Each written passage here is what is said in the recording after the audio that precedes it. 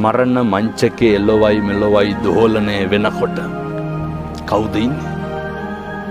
අනුන් වෙනුවෙන් සැපසතුට තීරණය කරපු අපි, අනුන් වෙනුවෙන් ගෙවල් දොරවල් හදපු අපි, අනුන් වෙනුවෙන් තමන්ගේ ආධ්‍යාත්මය නාස්ති කරගත්ත අපි තථාගතයන් වහන්සේ දේශනා කරනවනේ පින්නතුනේ, මරණ මංචකේ එළොවයි මෙලොවයි දෝලනය වෙනකොට පුත්තා මත්ති ධනම් මත්ති තිබාලෝ විහඤ්ඤති අත්තාහි අත්තනෝ නත්ති පුතෝ ධනම්.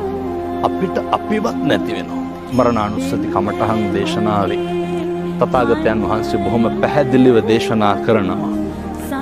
ඔත්පොල්ල වෙලා ඉන්නකොට එළවයි මෙලොවයි දෝලනය වෙනකොට මිනිස්සු පුදුම විදිහට අසරණ වෙනවා. එතකොට කිසිම කෙනෙක් තමන්ගේ ශක්තියට තමන්ගේ හෙවණැල්ලට නැහැ. ඒක තේරුම් ගන්නට තමයි උන්වහන්සේ මරණානුස්සතිය දේශනා කරේ ජීවත් වෙලා ඉන්න කාලය තුල.